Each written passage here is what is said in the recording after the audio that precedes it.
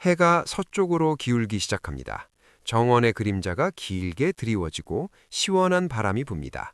카토는 잠시 하늘을 바라보다가 마지막 오해에 대해 이야기를 시작합니다. 이제 마지막 오해를 풀어볼까 하네. 사람들이 노년을 가장 두려워하는 이유, 바로 죽음이 가까워진다는 거야.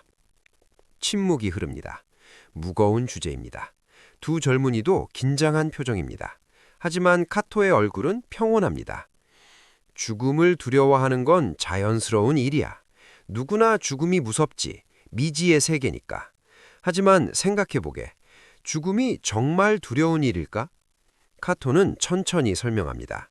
죽음에는 두 가지 가능성이 있어. 첫째, 죽음 이후에 아무것도 없다면? 그럼 두려울 게 없지.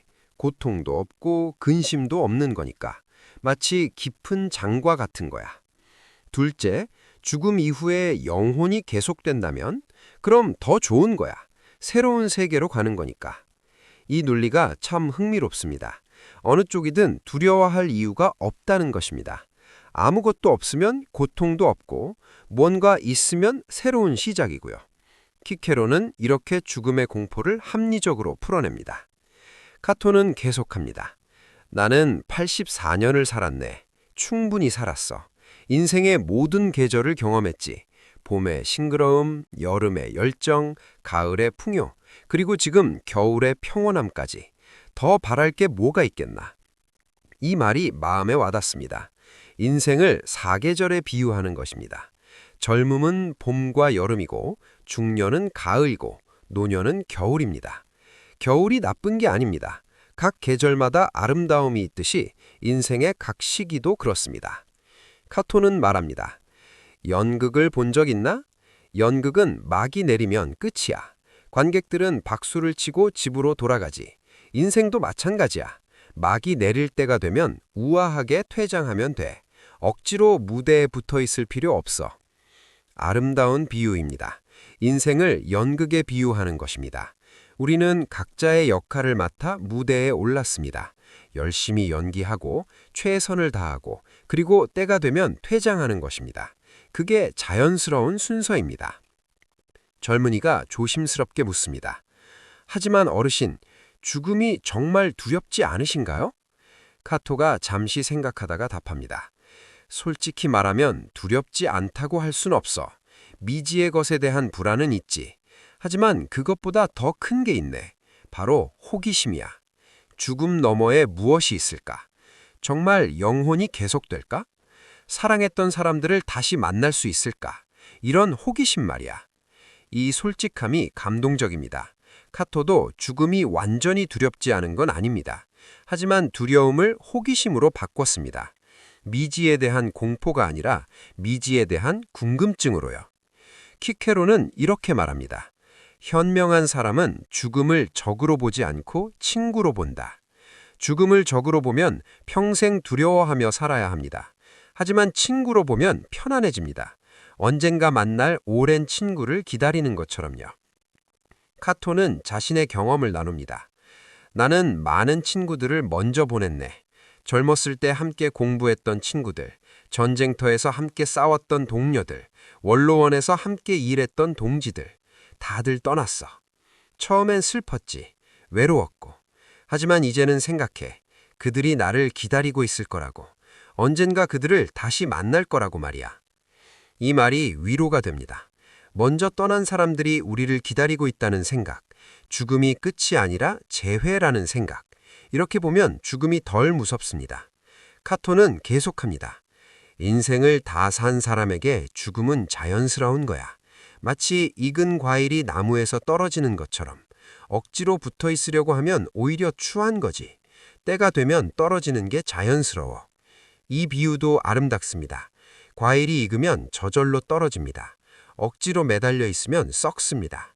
인생도 마찬가지입니다. 충분히 살았으면, 때가 되었으면 자연스럽게 놓아주는 게 맞습니다. 카토는 마무리하며 말합니다. 노년이 죽음에 가깝다는 건 사실이야. 하지만 그게 불행이 아니야.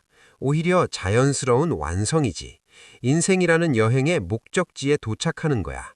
목적지에 도착하는 걸 두려워할 이유가 있나? 키케로가 노년에 관하여를 통해 전하고 싶었던 핵심은 명확합니다.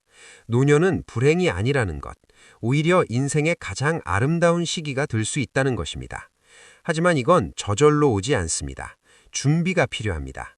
젊을 때부터 어떻게 사느냐가 노년의 질을 결정합니다. 키케로는 이렇게 말합니다. 노년을 위한 최고의 무기는 젊을 때 쌓은 덕과 지혜다. 덕이라는 게 뭘까요? 정직하게 살고 성실하게 일하고 사람들을 존중하고 약속을 지키는 것. 이런 것들이 쌓여서 명예가 되고 존경이 됩니다. 그럼 나이가 들어도 사람들이 우리를 찾아옵니다. 조언을 구하고 지혜를 배우러 옵니다. 그럼 어떻게 노년을 준비해야 할까요? 키케로는 몇 가지 실천 방법을 제시합니다. 첫째, 몸을 돌보세요. 건강 없이는 아무것도 할 수 없습니다. 규칙적으로 운동하고 절제하며 먹고 충분히 쉬세요. 둘째, 마음을 가꾸세요. 책을 읽고 생각하고 배우세요. 호기심을 잃지 마세요. 평생 배우는 사람은 늙지 않습니다. 셋째, 관계를 돌보세요. 가족, 친구, 이웃과의 관계를 소중히 하세요. 나이가 들수록 관계가 더 중요해집니다.